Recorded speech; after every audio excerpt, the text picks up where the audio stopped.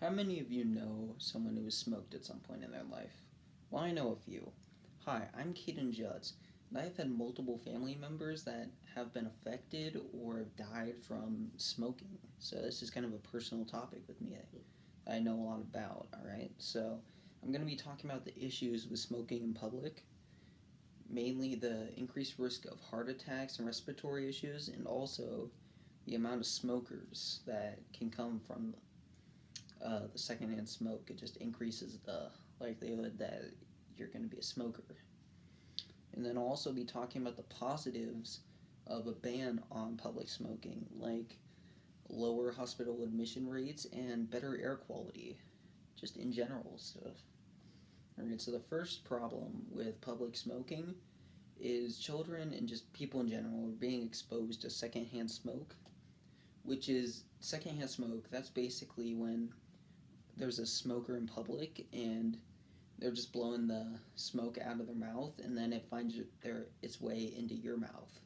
So it's like you're kind of smoking without meaning to, and that has some health effects. Like one of the big ones is increased risk of heart attacks. All right, so according to the article "Banning Smoking in Public Places and Workplaces is Good for the Heart" by Amanda Dabrowski, secondhand smoke is thought to increase the likelihood of a heart attack by making the blood sticky and more prone to clotting.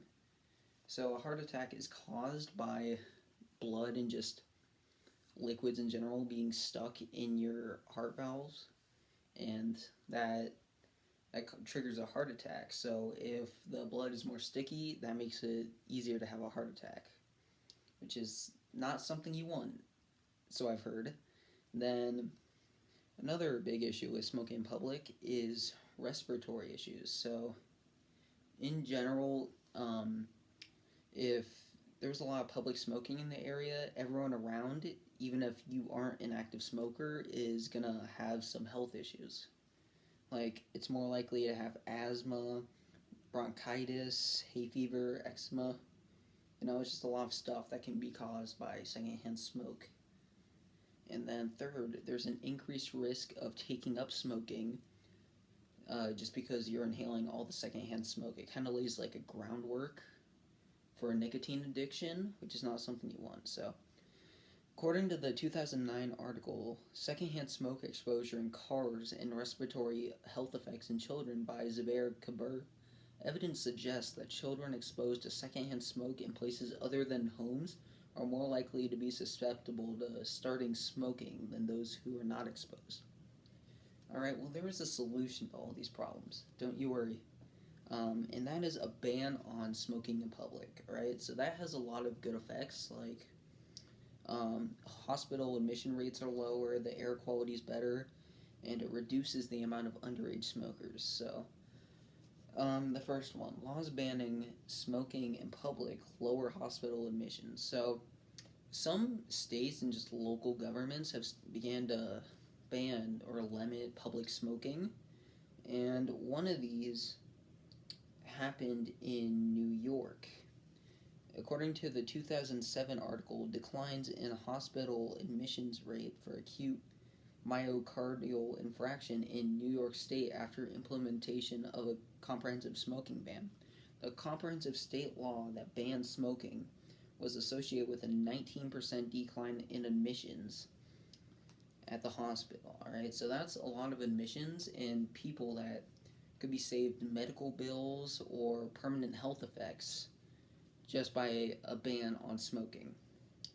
And also, it creates just better air quality in general, right? So, according to the 2007 article "Effects of the Irish Smoking Ban on Respiratory Health of Bar Workers," a total workplace smoking ban results in a significant reduction in air quality in pubs and an improvement in respiratory health environment. So, smoking, it just releases all these dangerous chemicals into the air that a ban on public smoking, that would just take a huge chunk out of the number of dangerous chemicals and particles that are in the air.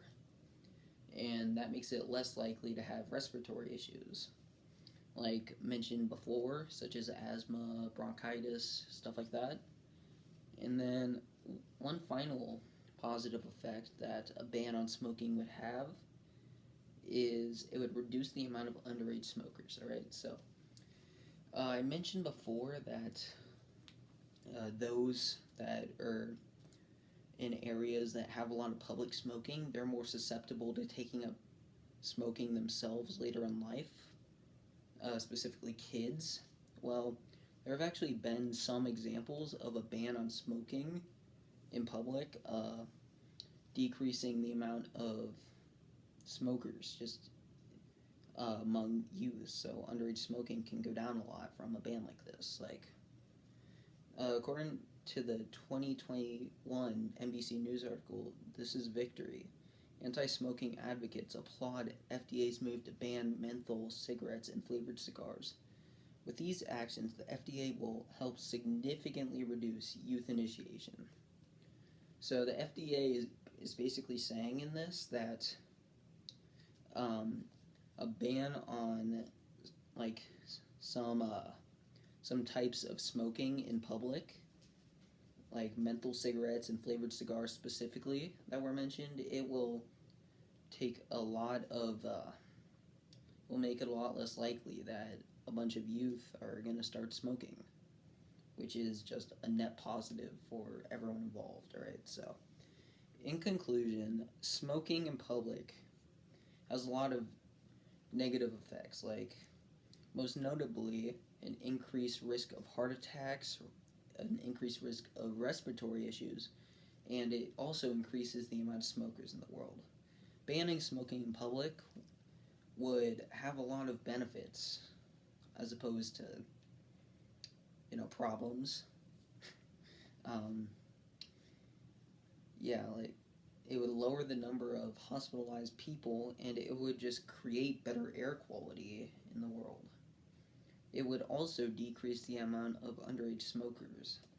So I feel that it's worth it to ban all that so that instead of letting people just get their hit whenever they want, it can have a positive effect on a lot of lives to ban smoking in public. Well, I'm Caden Jutz, and smoking in public should be banned.